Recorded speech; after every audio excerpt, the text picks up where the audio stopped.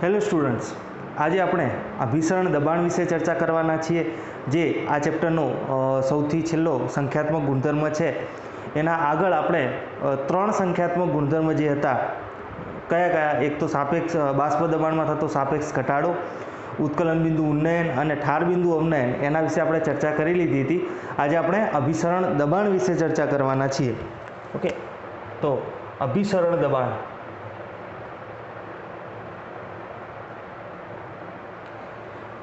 તો સૌથી પહેલાં અભિસરણ કોને કહેવાય એના વિશે આપણે ચર્ચા કરી. તો જો આપણે જોયું હશે ઘણી વખત કે ચોપડીના અંદર ઘણા બધા ઉદાહરણ આપેલા જ છે. આપણે નોર્મલ ઉદાહરણ લઈએ કે જેમ કે આપણે કોઈ પણ શાકભાજી ઉપર આપણે પાણી છાંટીએ છીએ, એને ખબર છે, આપણે પાણી છાંટીએ તો પાણીના અંદર ડૂબાડીએ. જે કરમાયેલા ફૂલ હોય, ચોપડીનું ઉદાહરણ છે, કરમાયેલા ફૂલ હોય અને આપણે પાણીમાં નાખીએ તો એ શું થાય? તાજા થઈ જાય છે. ઓકે, કેરી છે, એને જો આપણે ક્ષારવાળા પાણીના અંદર નાખીએ છીએ, એને આપણે આથવા માટે, એટલે કે અથાણું બનાવવા માટે જ્યારે ક્ષારવાળા પાણીના અંદર, મીઠાવાળા પાણીના અંદર નાખવામાં આવે તો કેરી કેવી થાય? સંકોચાઈ જાય છે. ઓકે, બીજું ઉદાહરણ જોઈએ તો આપણે જે દ્રાક્ષ છે, આપણી જે સૂકી દ્રાક્ષ હોય, એને આપણે પાણીમાં નાખીએ તો એ ફૂલી જાય છે. ઓકે, સાથે સાથે જો તમે કોઈ પણ બીજા હોય જેમ કે કાજુ અથવા બદામ છે, એને પણ જો પાણીમાં નાખીએ તો એ સ્લાઇટ ફૂલી જશે, પણ આપણને દ્રાક્ષમાં થોડું વધારે પ્રમાણમાં જોવા મળશે. કેમ કે એના અંદર ઓલરેડી વધારે પાણી હતું પહેલાં. હવે જો આવું કેમ થાય છે, તો આ બધી વસ્તુના અંદર કોમન એક વસ્તુ શું છે કે આ જે બધી વસ્તુઓ છે એ આજુબાજુ પડદો ધરાવે છે. પોતાની આજુબાજુ શું ધરાવે છે? પડદો ધરાવે છે. ઓકે, હવે બીજું એક ચોપડીનું ઉદાહરણ છે કે ભાઈ આપણા જે કોષો હોય, જે રેડ બ્લડ સેલ આરબીસી હોય જે તમારા. ઓકે, તો રેડ બ્લડ સેલ છે, એને જો તમે ક્ષારવાળા પાણીના અંદર મૂકો તો શું થાય છે કે એ સંકોચાઈ જાય છે, કોલેપ્સ થઈ જાય, સંકોચાઈ થાય છે. એટલા માટે જ્યારે ઇન્જેક્શનની બધા હોય ને, એ સલાઇન વોટરના આપવામાં આવે. સલાઇન વોટર એટલે 0.9 W/V ક્ષારવાળું પાણી હોય છે. ઓકે, એના ઉપર આપણે ચર્ચા કરીએ પછી. તો આ અભિસરણ કોને કહેવાય છે? તો અભિસરણ એટલે કેવી વસ્તુ કે જો એક આપણે નોર્મલ ઉદાહરણ જોઈ લઈએ કે આ બે દ્રાવણો હોય, અહીંયા એક દ્રાવણ છે, અહીંયા એક દ્રાવણ છે, બંનેની સાંદ્રતાના અંદર તફાવત છે. ઓકે, બંનેની સાંદ્રતાના અંદર તફાવત છે. આ સાંદ્રતા C1 કહી દઈએ. આ કેમ કહી દઈએ કે આ ભાઈ વધુ સાંદ્રતા છે અને આ શું છે? ઓછી સાંદ્રતા છે. જો પહેલાં સાંદ્રતા વધુ અને ઓછી એ પહેલાં સમજી લે કે સાંદ્રતા વધુ અને ઓછી કોને કહેવાય. તો આપણે હંમેશા જ્યારે બી સાંદ્રતાની વાત કરતા હોઈએ છીએ ત્યારે બાય ડિફોલ્ટ આપણે કોના માટે વાત કરતા હોઈએ? દ્રાવ્ય માટે વાત કરતા હોઈએ છીએ. ઓકે, આપણે શેના માટે વાત કરતા હોઈએ છીએ? દ્રાવ્ય માટે વાત કરતા હોઈએ છીએ. તો વધુ સાંદ્રતાનો એનો અર્થ કે વધુ દ્રાવ્ય, ઓછી સાંદ્રતાનો અર્થ કે ઓછું દ્રાવ્ય. ઓકે, તો આ વધુ સાંદ્રતા હશે તો અહીંયા દ્રાવ્ય વધારે પ્રમાણમાં હશે અને દ્રાવક ઓછા પ્રમાણમાં હશે. અહીંયા ઓછી સાંદ્રતા છે, એનો અર્થ એવો કે દ્રાવ્ય એટલે વધુ પ્રમાણમાં ઓછા પ્રમાણમાં, એનો અર્થ એવો નહીં તો પાછા તમે એવું કહેશો કે જો દ્રાવ્ય વધારે પ્રમાણમાં થઈ જતું હોય તો પછી દ્રાવક ના થઈ જાય. એવું કે દ્રાવ્ય જો વધુ પ્રમાણમાં હશે તો કમ્પેરેટિવલી દ્રાવક ઓછા પ્રમાણમાં હશે. આ વધુનું ઓછું આપણે કઈ રીતે બેને કમ્પેર કરીએ છીએ અહીંયા. તો આની કમ્પેરિઝનમાં દ્રાવ્ય અહીંયા વધારે છે, તો આની કમ્પેરિઝનમાં દ્રાવક કેવું હશે? ઓછું હશે. એ જ રીતે આની કમ્પેરિઝનમાં દ્રાવ્ય અહીંયા ઓછું છે એટલે સાંદ્રતા આપણે ઓછી કીધી. ઓકે, તો દ્રાવક કેવો હશે? આની કમ્પેરિઝનમાં વધારે હશે. ઓકે, તો હવે જો આને તમે કોઈ એવા પડદાથી વચ્ચેથી કનેક્ટ કરો, આ જે પડદો છે એવો પડદો તમે વિચારો કે જે બંનેને જવા દે, દ્રાવક ને દ્રાવ્ય બંનેને એકબીજાના અંદર જવા દે, તો તમે જોશો કે થોડી વાર પછી શું થશે? આ બંને દ્રાવણની જે સાંદ્રતા છે એ સરખી થઈ જશે. બંને દ્રાવણની સાંદ્રતા સરખી થઈ ગઈ. તો થયું શું આના અંદર કે અહીંયાથી દ્રાવ્ય અહીંયા વધારે પ્રમાણમાં હતું તો દ્રાવ્ય આ બાજુ આવ્યા. ઓકે, અને દ્રાવક આ બાજુ વધારે પ્રમાણમાં છે, અહીંયા ઓછું છે, તો દ્રાવક અહીંયાથી અહીંયા ગયા. ઓકે, તો આ બંને થઈ અને સાંદ્રતા એ સરખી થઈ જાય છે. બરાબર, આને શું કહેવાય? ડિફ્યુઝન કહેવાય. ઓકે, અને શું કહેવાય? ડિફ્યુઝન કહેવાય. હવે અભિસરણ કોને કહેવાય? આ જે પડદો હતો એની જગ્યાએ હું એસપીએમ લઈ લઉં. એસપીએમ એટલે કે સેમી પરમિએબલ મેમ્બ્રેન.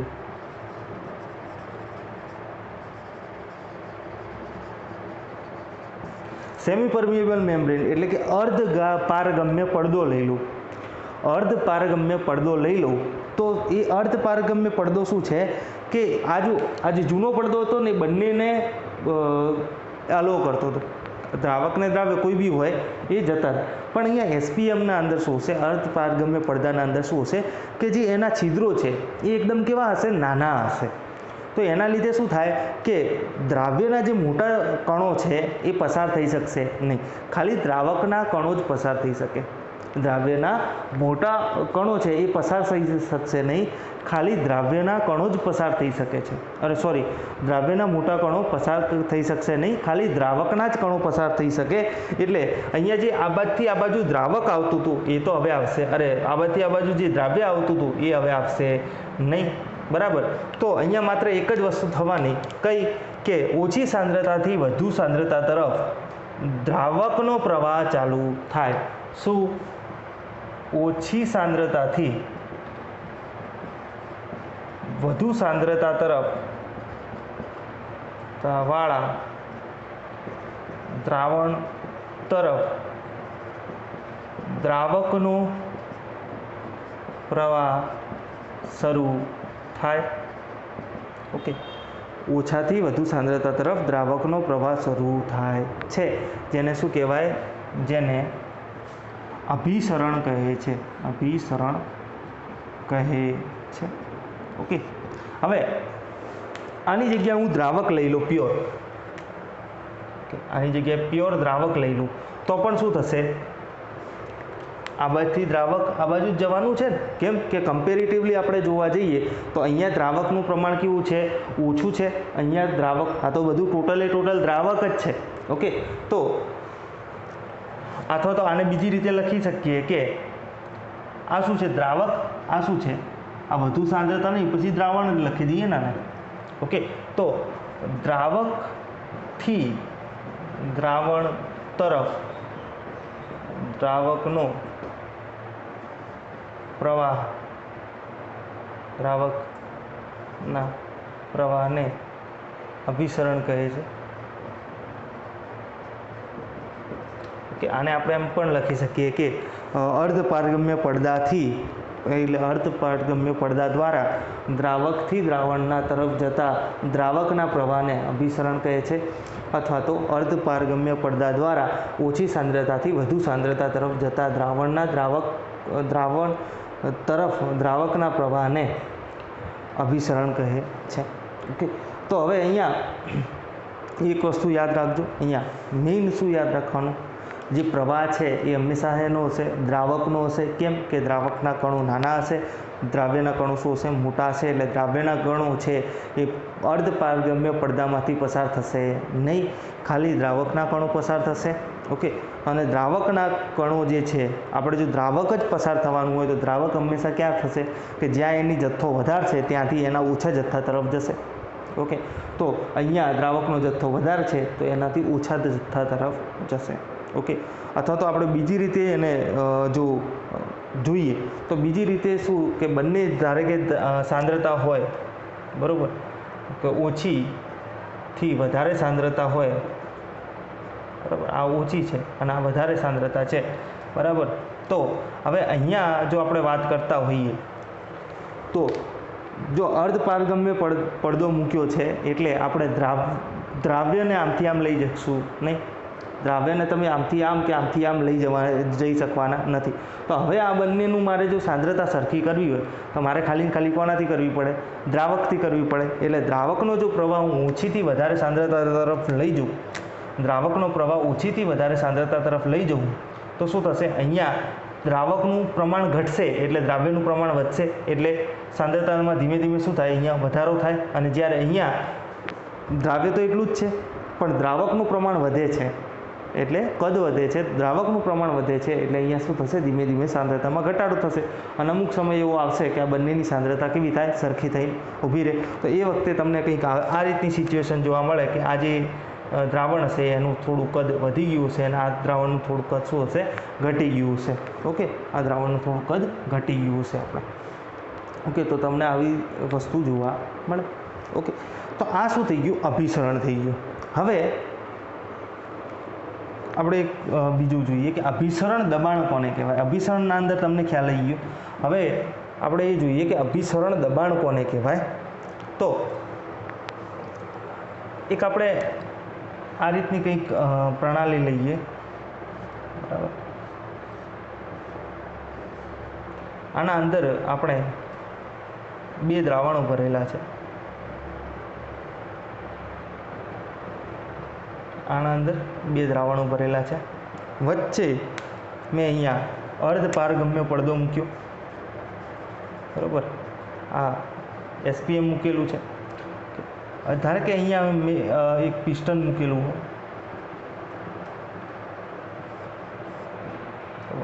અહીંયા પિસ્ટન મૂકેલું હોય. હવે અહીંયા શું થશે કે જેની સાંદ્રતા ઓછી હશે, માની લો કે અહીંયા ઓછી આ સાંદ્રતા છે, બરાબર, અહીંયા વધુ સાંદ્રતા છે, તો જે દ્રાવકનો પ્રવાહ છે એ ઓછીથી વધુ સાંદ્રતા તરફ જવાનું ચાલુ થઈ ગયું. ઓકે, હવે આ બે પિસ્ટન છે, અત્યારે હાલ એના ઉપર કયું પ્રેશર લાગે છે, એટમોસ્ફિયરિક એટલે કે વાતાવરણીય દબાણ લાગે છે.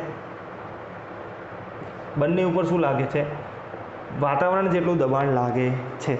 ઓકે, હવે મારે અહીંયાથી અહીંયા જતો મારે પ્રવાહ બંધ કરવો હોય, આ બાજુથી આ બાજુ જતો પ્રવાહ બંધ કરવો હોય, તો હું આ બાજુ કંઈક પ્રેશર આપું તો કદાચ બંધ થાય. ઓકે, તો એનો અર્થ એવો કે અહીંયા આ જે પ્રવાહ બંધ કરવા માટે, તો અહીંયા હું જેમ જેમ પ્રેશર વધારશું એમ એમ શું થશે, આ જે પ્રવાહ છે, જે દ્રાવકનો ઓછીથી વધુ સાંદ્રતા તરફ જતો આમ પ્રવાહ છે, એ કેવો થશે, ધીમો પડશે. ઓકે, અને પછી એક સમય એવો આવશે કે એ પ્રવાહ બંધ થઈ જશે. તો અહીંયા માની લો કે પાઈ જેટલું મેં પ્રેશર આપ્યું એટલે એ દબાણ શું થઈ ગયું, બંધ થઈ ગયું. તો આને શું કહેવાય કે અભિસરણ બંધ કરવા માટે જરૂરી દબાણને શું કહેવાય, અભિસરણ દબાણ કહે છે. તો અભિસરણ બંધ કરાવવા માટે આપણે જે દબાણની જરૂર છે એને શું કહેવાય, અભિસરણ દબાણ કહે છે. ઓકે, એનાથી જો હું વધારીશ ને, આ હમણાં બંધ થઈ ગયું, પછી જો વધારીશ તો આ પ્રવાહ શું થશે, રિવર્સ આવવાનું ચાલુ થશે. આ પ્રવાહ શું થશે, રિવર્સ આવવાનું ચાલુ થશે. પ્રેશર વગર એમનેમ જતો તો ઓછીથી વધુ સાંદ્રતાએ તમે અભિસરણ દબાણ જેટલું પ્રેશર આપ્યું તો આ પ્રવાહ શું થઈ ગયો, બંધ થઈ ગયો. એટલે ઓછીથી વધુ સાંદ્રતા તરફ દ્રાવકનો પ્રવાહ શું થઈ ગયો, બંધ થઈ ગયો. તમે અહીંયા એનું ઓસ્મેટિક પ્રેશર એટલે કે અભિસરણ દબાણ કરતાં જો વધારે દબાણ આપશો તો આ પ્રવાહ કેવો થશે, રિવર્સ ડાયરેક્શનમાં ચાલુ થશે. એટલે એ વધુથી ઓછી સાંદ્રતા તરફ દ્રાવકનો પ્રવાહ આવવાનું ચાલુ થશે. ઓકે, જેને શું કહેવાય, રિવર્સ ઓસ્મોસિસ કહેવાય, પ્રતિ અભિસરણ કહેવાય. હવે આ જે અભિસરણ દબાણ છે એ કોના પર આધાર રાખે, તો કે અભિસરણ દબાણ તાપમાન અને દ્રાવણની સાંદ્રતાના સમપ્રમાણમાં છે, સાંદ્રતાના સમપ્રમાણમાં હોય છે. ઓકે, અભિસરણ દબાણ એ દ્રાવણની સાંદ્રતાના અને તાપમાનના સમપ્રમાણમાં હોય છે. એટલે કે પાઈ ચલે છે, તાપમાન એટલે ટી અને સાંદ્રતા એટલે આપણે એમ લઈ લઈએ મોલારિટી, તો એમ ટી. ઓકે, તો સાંદ્રતાની જગ્યાએ આપણે સીધું એમ જ લખી દઈએ, મોલારિટીના સમપ્રમાણમાં હોય છે. ઓકે, તો એમ ટી આવું રીતે લખી શકીએ. તો અહીંયા જો તમને ચોપડીમાં આની જગ્યાએ સી લખેલું હશે, સી પણ લખી શકો. તો પાઈ ચલે છે સીટી. ઓકે, તો ચલે છે કાઢવું હોય તો અહીંયા આપણે શું મૂકી દઈશું, પાઈ બરાબર CRT. આર મૂકી દીધો. આર શું છે, વાયુ અચળાંક છે આપણો. હવે પાઈ બરાબર CRT. આપણને આ કંઈક અલગ અલગ સૂત્ર લાગે. આ સી એટલે મોલારિટી બરાબર શું લખી શકાય? મોલારિટી બરાબર મોલ ભાગ્યા કદ. મોલ એટલે એન, કદ એટલે વી. તો પાઈ બરાબર આની જગ્યાએ શું લખ્યું? N by V R T. હવે જો એન કોના હોય?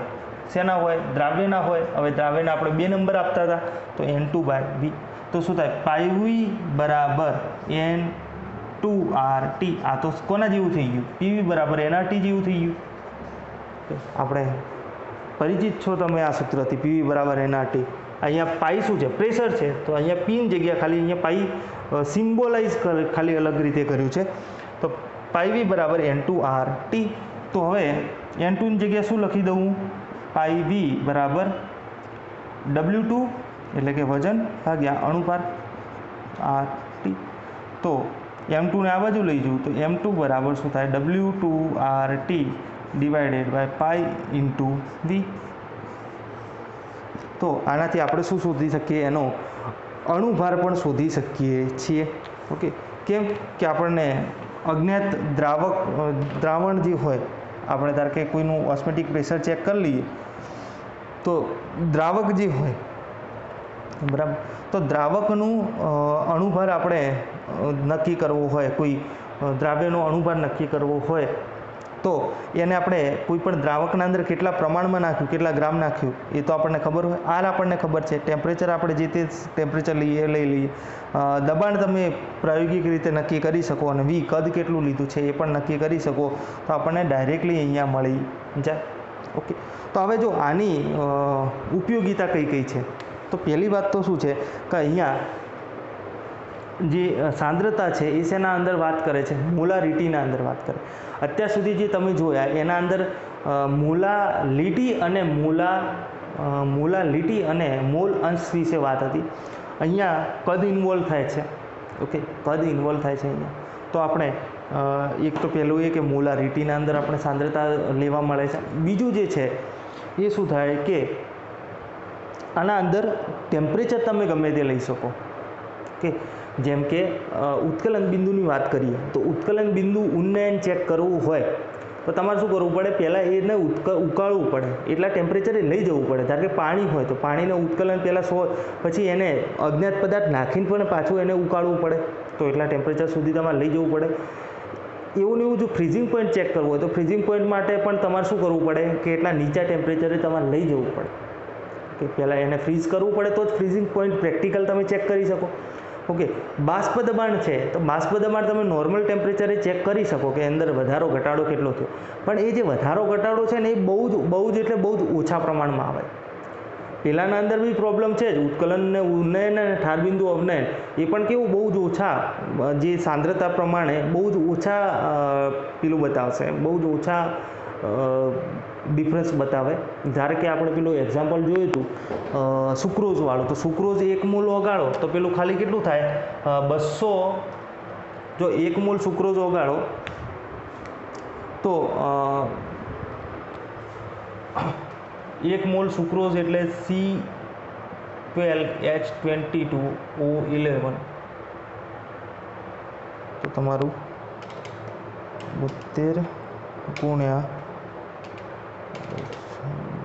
12 ગુણ્યા 12 144 પ્લસ 22 પ્લસ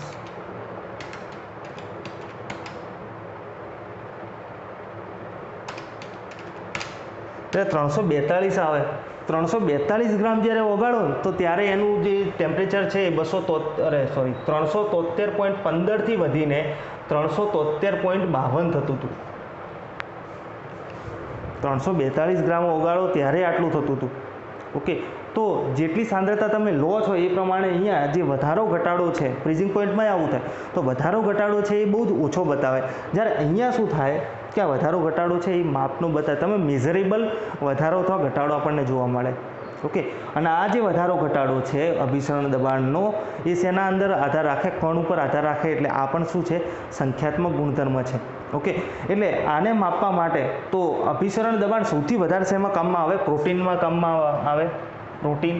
ઓકે, કેમ કે પ્રોટીનના જે અણુભાર હોય ને એ બહુ વધારે હોય.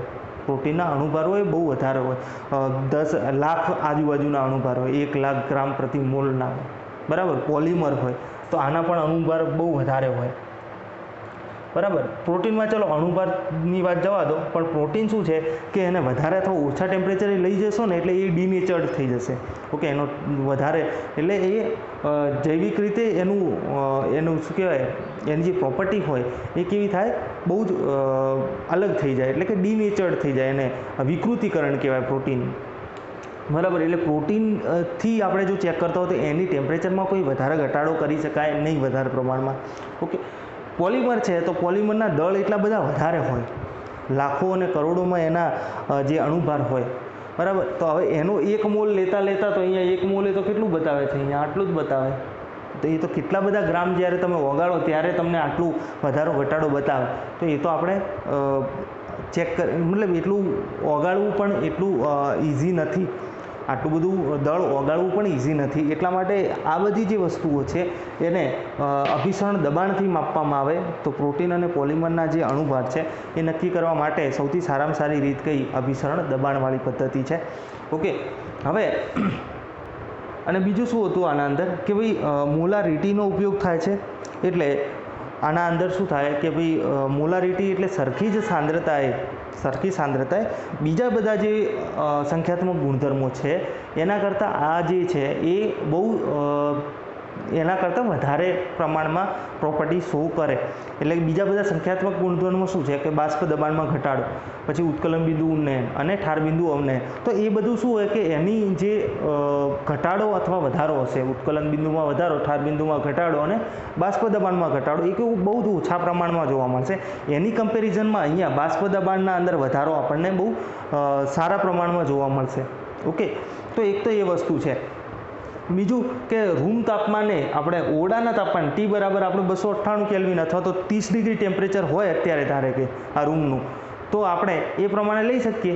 ઓકે, 303 કેલ્વિન આપણે લઈ શકીએ આરામથી, બરાબર. તો ઓરડાના તાપમાને આપણને જે આ પૂરી પ્રક્રિયા છે એટલે કે પ્રયોગ કરવાની આપણને છૂટ મળે. ઓકે, હવે તો અભિસરણ દબાણ આપણને ખબર પડી ગઈ. ઓકે, ફરી એકવાર આપણે જોઈ લઈએ કે ભાઈ અભિસરણ દબાણ જે છે એ મોલારિટી અને તાપમાન પર આધાર રાખે, એટલે એને પાઈ =CRT લખી શકાય. અને સીની જગ્યાએ આપણે N/V લખી શકીએ, દળ ગુણ ભાગ્યા અણુભાર, સોરી મોલ ભાગ્યા કદ. ઓકે, તો સૂત્ર શું થાય, પાઈ V બરાબર NRT થાય, જે PV બરાબર NRT જેવું છે. ઓકે, હવે તમે Nની જગ્યાએ એટલે કે મોલની જગ્યાએ આપેલ દળ ભાગ્યા અણુભાર લઈ લો અને M2 ને કરતા બનાવો તો તમને સૂત્ર પણ મળી જાય M2 શોધવા માટેનું કે WRT divided by pi into V. Okay, તો એ પ્રમાણે આપણને મળી જાય. અને જે અભિસરણ દબાણ છે એનું પોલિમર, પછી પ્રોટીન જેવા બૃહદ અણુઓ, જે કે મોટા વિશાળ અણુઓ છે, એનું આણ્વીય દળ ચેક કરવા માટે આ સૌથી સરળ અને પ્રેક્ટિકલ પદ્ધતિ છે. બીજું કે પ્રોટીનના અંદર તમારે ઉપર નીચે તાપમાન ના કરવું પડે, અહીંયા કે રૂમ ટેમ્પરેચર ઉપર થાય છે, એટલે પ્રોટીન માટે આ બહુ જ અનુકૂળ પદ્ધતિ આવે છે. બીજું કે આના કમ્પેરિઝનમાં એટલે કે બીજા બધા સંખ્યાત્મક ગુણધર્મોની કમ્પેરિઝનમાં આનું જે વિચલન હશે એ વધારે હશે, એટલે એ આપણે આસાનીથી માપી શકીએ. ઓકે, હવે જે દ્રાવણોના અભિસરણ દબાણ સરખા હોય, અભિસરણ દબાણ સરખા હોય તેને સમઅભિસારી દ્રાવણો કહે છે. ઓકે, તો જેના અભિસરણ દબાણો સરખા હશે, બે જો સોલ્યુશન લીધા ને એના અભિસરણ દબાણ સરખા હશે તો એને શું કહેવાય, સમઅભિસારી દ્રાવણો કહેવાય છે. એટલે સમઅભિસારી દ્રાવણો એટલે પાઈ 1 = પાઈ 2 થાય બંનેના. તો કે C1RT બરાબર C2RT આવું કહી શકીએ. તો એનો અર્થ એવો કે C1 = C2 થશે, C1 = C2 થશે. એક્ઝેક્ટલી આને જોવા જઈએ તો કણની સંખ્યા સરખી થશે. શેની? કણની સંખ્યા સરખી થશે. ઓકે,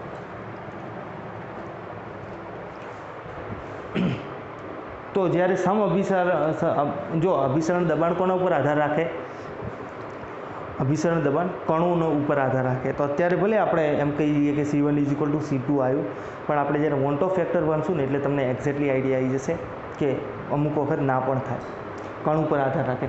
તો અભિસરણ દબાણ સરખું હશે તો એનો અર્થ એવો કે દ્રાવ્યના કણો જે તે દ્રાવણ, બંને દ્રાવણના અંદર કેવા હશે? સરખા હશે. એટલે એક્ઝામમાં પૂછાય તમને કે સુક્રોઝ અને ગ્લુકોઝનું દ્રાવણ છે એ સમઅભિસારી છે, બરાબર. તો સુક્રોઝનું જો સાંદ્રતા 0.1 મોલર હોય તો ગ્લુકોઝની સાંદ્રતા કેટલી હોય? તો એ પણ કેટલી હોય? 0.1 મોલર હોય. સુક્રોઝ ને ગ્લુકોઝના કેસમાં જ કહું છું, જો એની જગ્યાએ કોઈ વિદ્યુત વિભાજ્ય હશે તો સાંદ્રતા અલગ આવશે. એ આપણે ચર્ચા કરશું વોન્ટ ઓફ ફેક્ટરના વખતે.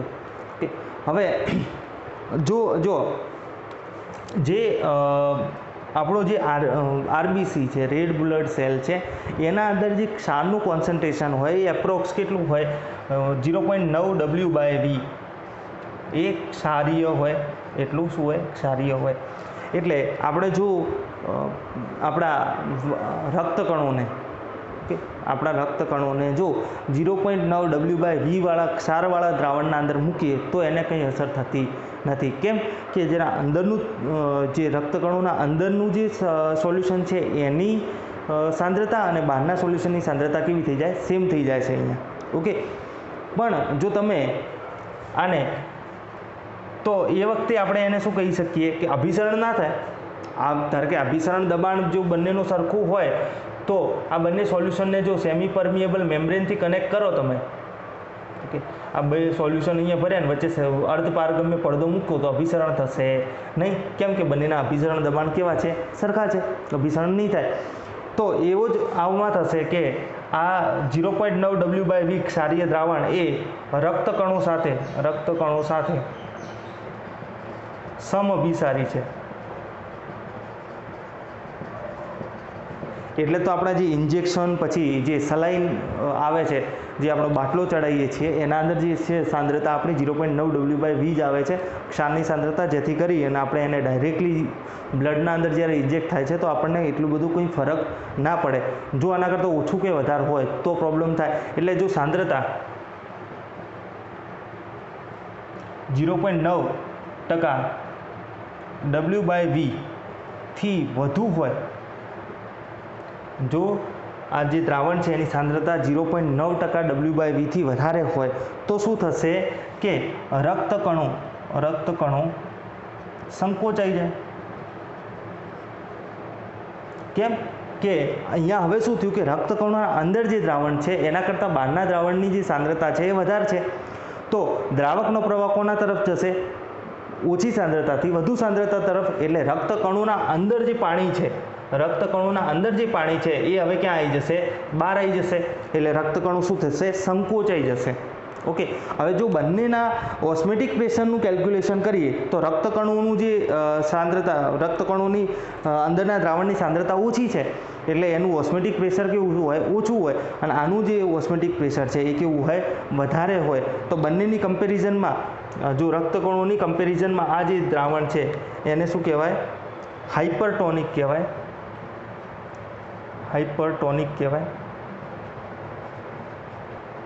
એટલે અતિ અભિસારી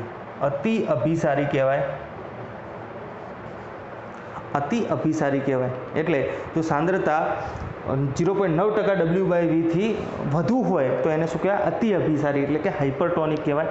વધારે અભિસરણ દબાણ છે. ઓકે, એટલે આને જો બીજા શબ્દોમાં લખવું હોય તો તમે તમારા રેફરન્સ માટે અહીંયા નોટ કરી લેજો કે જે દ્રાવણનું,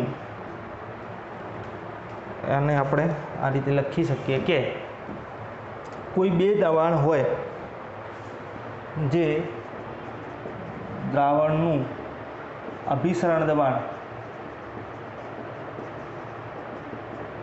વધુ હોય.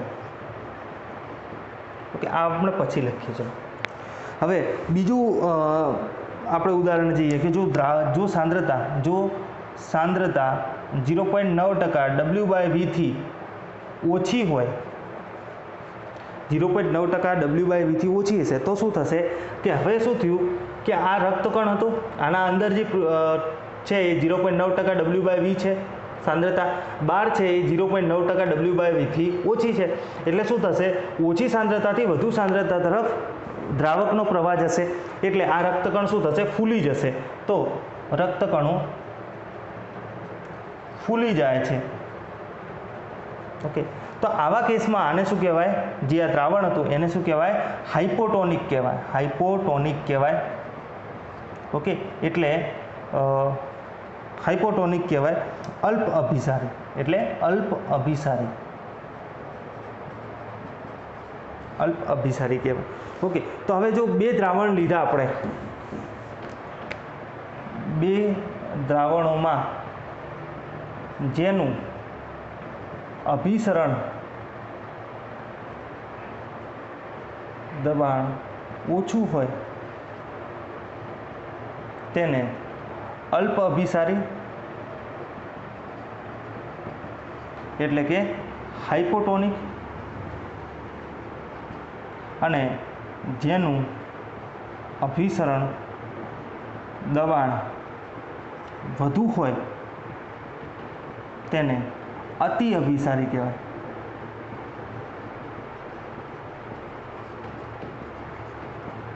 એટલે હાઇપરટોનિક। રિયલમાં જે છે હાઇપોટોનિક, હાઇપરટોનિક આના માટે વપરાય છે। ઓકે, આ પણ આપણે યાદ રાખવાનું કે 0.9% W/V થી વધુ હોય તો એને શું કહેવાય, અતિ અભિસારી કહેવાય। કેમ કે એનું અભિસરણ દબાણ એ જે રક્તકણોના અંદરનું દ્રાવણ છે એના કરતાં વધારે હશે। ઓકે, એટલે આપણે આનો અર્થ એમ કાઢી શકીએ કે જેના અભિસરણ દબાણ ઓછું હશે એનાથી દ્રાવકનો પ્રવાહ વધુ અભિસરણ દબાણવાળા તરફ આવશે। ઓકે, જેનું અભિસરણ દબાણ ઓછું હશે એનાથી વધુ અભિસરણ તરફવાળા ઉપર આવશે। ઓકે, એટલે એનો અર્થ એવો કે હાઇપોટોનિકમાંથી હાઇપોટોનિક તરફ આવે છે, એટલે અલ્પ અભિસારીમાંથી વધુ અતિ અભિસારીના અંદર આવે છે। ઓકે, હવે તો અહીંયા શું હતું કે જે આપણે સ્ટાર્ટિંગમાં જોયું હતું કે ભાઈ જે દ્રાક્ષ છે એ ફૂલે છે। ઓકે, દ્રાક્ષ છે એ ફૂલે છે, એ કેમ ફૂલે, કેમ કે સૂકી દ્રાક્ષ હોય એ ફૂલે, એટલે કેમ, શું થાય કે એના અંદર પાણી હોતું નથી। દ્રાક્ષના અંદર શું હોય, એકદમ અલ્પ પ્રમાણમાં પાણી હોય સૂકી દ્રાક્ષના અંદર। ઓકે, તો એના અંદર જે શર્કરાનું પ્રમાણ છે એ વધારે હોય, સૂકી દ્રાક્ષના અંદર શર્કરાનું પ્રમાણ વધારે હોય। જેને તમે પાણી મૂકો એટલે પાણી તો બહાર શું છે, દ્રાવક જ છે સીધું, એટલે દ્રાવકનો જે પ્રવાહ છે એ દ્રાવણ તરફ જવાનો છે, સીધી વાત અહીંયા। ઓકે, એવું ને એવું ફૂલ ઉપર બી થાય, તો ફૂલના અંદર પણ આવું જ થાય કે ભાઈ ફૂલ ઓછા પાણીના અંદર મૂકો એટલે દ્રાવકથી દ્રાવણ તરફ આવશે। ઓકે, પછી ચોપડીના અંદર એક ઉદાહરણ આપેલું છે કે માંસના પરિરક્ષણ માટે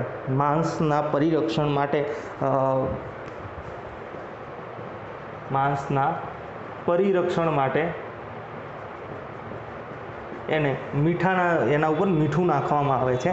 કેમ નાખવામાં આવે કે જે માંસ છે એનું જે પાણી છે, માંસના અંદર જે પાણી છે એ મીઠાવાળું, જે બહાર મીઠું હોય એ એના અંદર કેવી હોય, સાંદ્રતા વધારે હોય। ઓકે, અંદર સાંદ્રતા કેવી હોય, ઓછી હોય, એટલે માંસમાંથી જે પાણી છે એ બધું બહાર આવી જશે તો જલ્દી બગડશે નહીં। ઓકે, એ રીતે શર્કરા રસિત ફળો,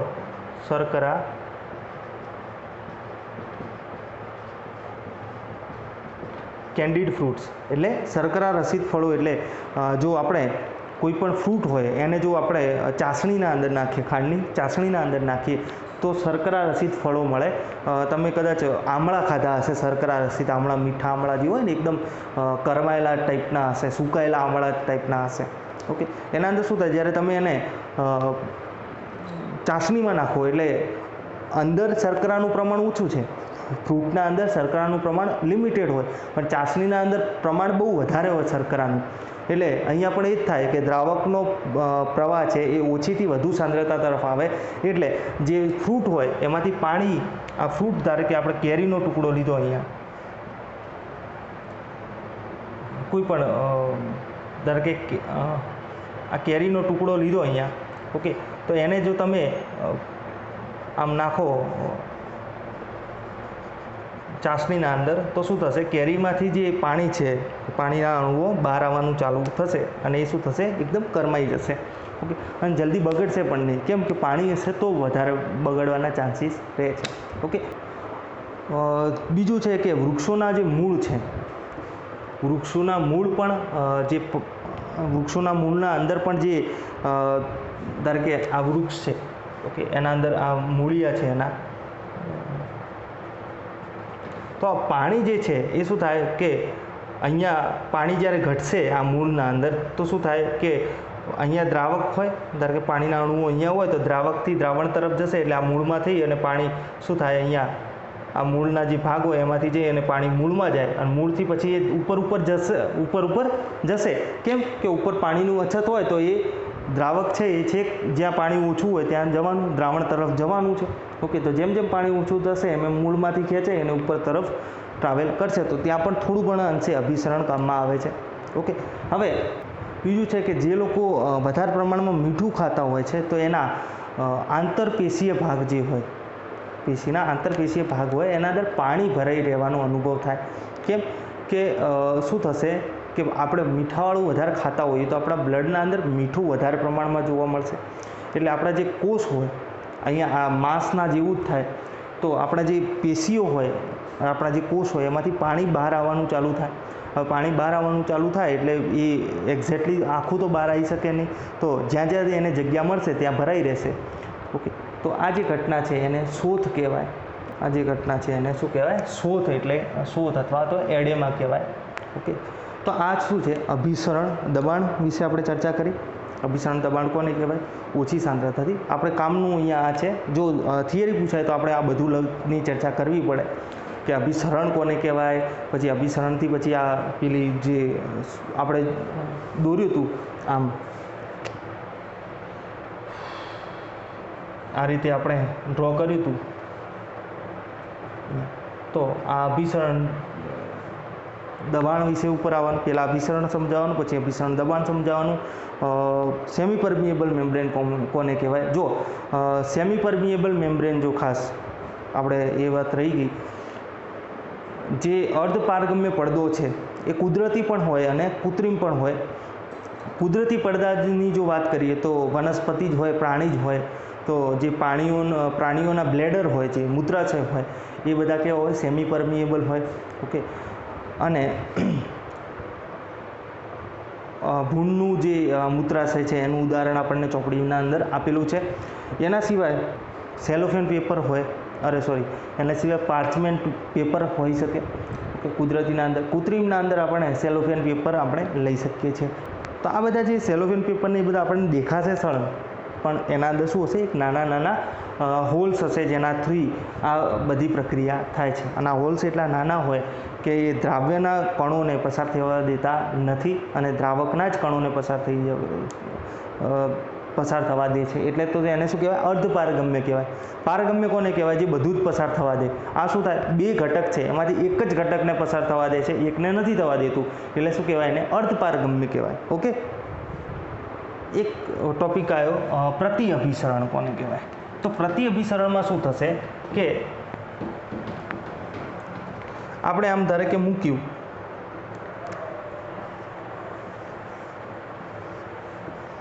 અહીંયા આ અર્ધપારગમ્ય પડદો મૂકી દીધો. ધારો કે અહીંયા શુદ્ધ પાણી હોય, અહીંયા શું હોય, ક્ષારીય પ્રાણી હોય. તો સૌ પ્રથમ આમાં શું થશે, દ્રાવકથી દ્રાવણ તરફ જશે, કેમ કે આ તો શુદ્ધ પાણી છે, આ દ્રાવણ છે. તો આમ તો આ રીતે જ જવાનું છે તમારું. ઓકે, શુદ્ધ પાણીથી ક્ષારીય પાણી તરફ દ્રાવકના એટલે કે પાણીના અણુઓ જવાના છે.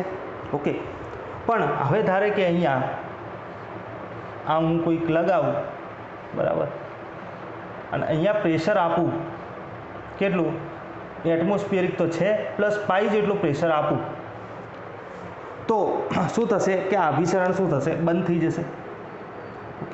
હવે જ્યારે આનાથી વધારે પ્રેશર આપું, જ્યારે ઓકે આનાથી વધારે પ્રેશર આપું એક્સટર્નલ, ધારો કે આને કહી દઉં પાઈ એક્સટર્નલ કહી દઉં. તો આ જ્યારે વધુ થશે, આ અભિસરણ દબાણથી જ્યારે વધારે થશે, ઓકે, તો એનો અર્થ એવો કે અહીંયા આ ક્ષારીય પાણી જે છે એ કેવું થશે, ક્ષારીય પાણીમાંથી પાણીના અણુઓ શું છે, પહેલાં જુઓ દિશા કઈ હતી, આવી હતી.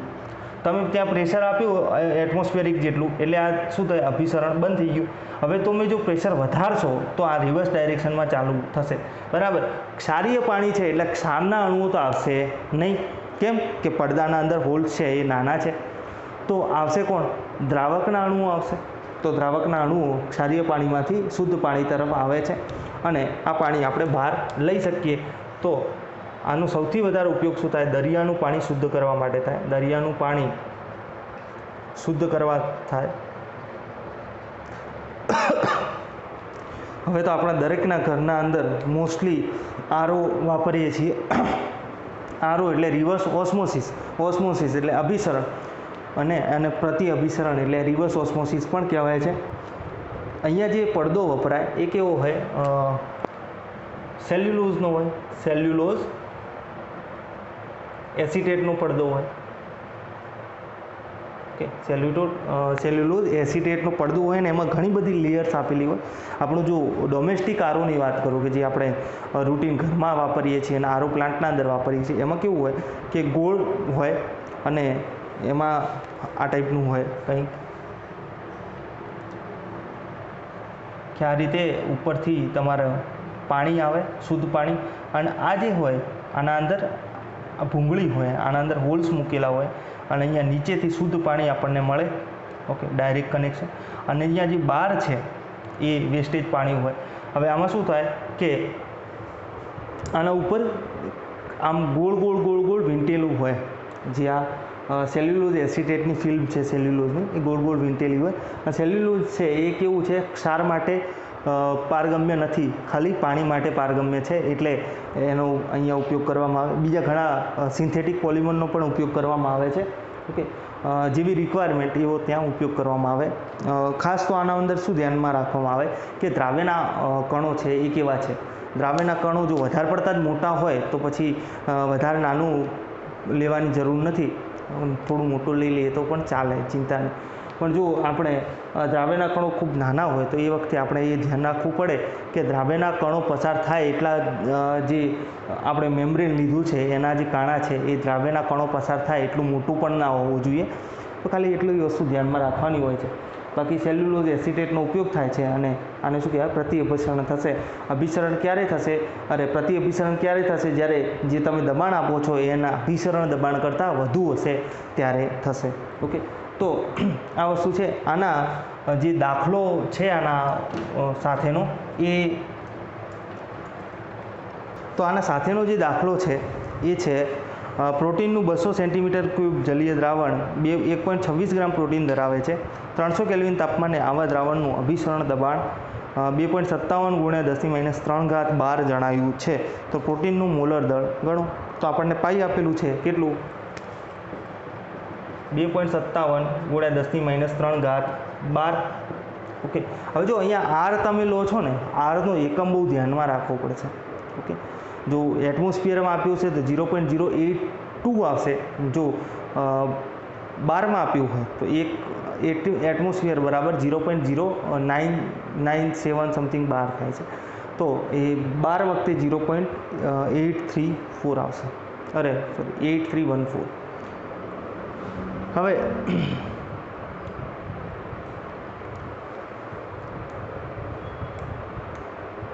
બીજું આપણને આપેલું છે તાપમાન આપેલું છે 300 કેલ્વિન, એટલે T બરાબર 300 કેલ્વિન. પછી આપણને 200 સેન્ટીમીટર ક્યુબ આપેલું છે, V બરાબર 200 સેન્ટીમીટર ક્યુબ. ઓકે, હવે સેન્ટીમીટર ક્યુબ એટલે ml જ થાય, એટલે 200 ml પણ લખી શકીએ, કોઈ પ્રોબ્લેમ નથી અહીંયા. N એટલે કે W2 પ્રોટીનનું દળ છે 1.26 ગ્રામ આપણને આપેલું છે. પ્રોટીનનું આપણને મોલર દળ ગણવાનું છે. હવે જો અહીંયા આપણે જે એકમ લઈએ છીએ આરનો, આર બરાબર આપણે લઈ લઈએ, આર બરાબર 0.08 0.08314 ઓકે 0.083 લઈ લઈએ. લીટર ઇન્ટુ બાર into kelvin inverse into mall inverse. Okay આખા આ એકમનું બહુ ધ્યાન રાખવું પડશે અહીંયા. તો પાઈ ઇઝ ઇક્વલ ટુ શું થાય તમારું CRT. ઓકે અથવા તો પાઈ વી બરાબર NRT આપણે લખી શકીએ N2RT. તો અહીંયા N2ની જગ્યાએ આપણે શું લખી દઈએ W2/M2. તો માટે M2 બરાબર W2RT ડિવાઇડેડ બાય M2. તો 1.26 ગુણ્યા 0.083 ગુણ્યા 300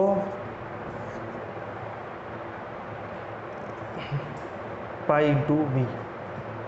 પાઈ 2.57 ગુણ્યા 10⁻³ અને વી શેમાં લેશો તમે? જો આ ઉપર છે ને આનો એકમ શું છે? ગ્રામ છે. આનો લીટર ઇન્ટુ બાર into kelvin inverse into mall inverse છે. અને આનો કેલ્વિન છે. તો કેલ્વિન તો અહીંયા કટ થઈ જ જાય. આ છે એ બાર છે તો બાર પણ અહીંયા કટ થઈ જાય. હવે આપણે શેમાં હોય આ જે અણુભાર છે શેમાં હોય? ગ્રામ ઇન્ટુ મોલ ઇન્વર્સમાં હોય. તો એના સિવાયના બધા એકમ છે એ કેન્સલ થઈ જવા જોઈએ. તો ગ્રામ તો અહીંયા રાખવાનું છે, મોલ ઇન્વર્સ રાખવાનો છે, બીજું શું કેન્સલ કરવાનું? લીટર. તો અહીંયા કદ શેમાં લેવાનું છે? લીટરમાં લેવાનું છે. એટલે 0.2 લીટર આવશે. તો 0.2 લીટર. તો લીટર પણ અહીંયા કટ થાય. હવે જો કરવાની જરૂર નથી પણ આ તમને સમજાવવા માટે મેં કર્યું છે. તો 1.26 into 0.083 into 300 divided by 2.57 62.748 into 10⁻³ થશે. ગ્રામ ઇન્ટુ મોલ ઇન્વર્સ એટલે 62,748 ગુણ્યા 10 ગ્રામ ઇન્ટુ મોલ ઇન્વર્સ થશે. ઓકે હવે જો આ ચેપ્ટરના અંદર આપણે થિયરીના અંદર એક જ ટોપિક બાકી રહ્યો છે, want of factor. Important point છે. ઘણા બધા ક્વેશ્ચન વોન્ટ ઓફ ફેક્ટરના અંદરથી આવે છે, સમજવા લાયક છે. ઓકે તો આપણે વોન્ટ ઓફ ફેક્ટર જોઈ લઈએ. એના પછી જે છે એ દાખલા જે છે બધા કવર કરી લઈશું.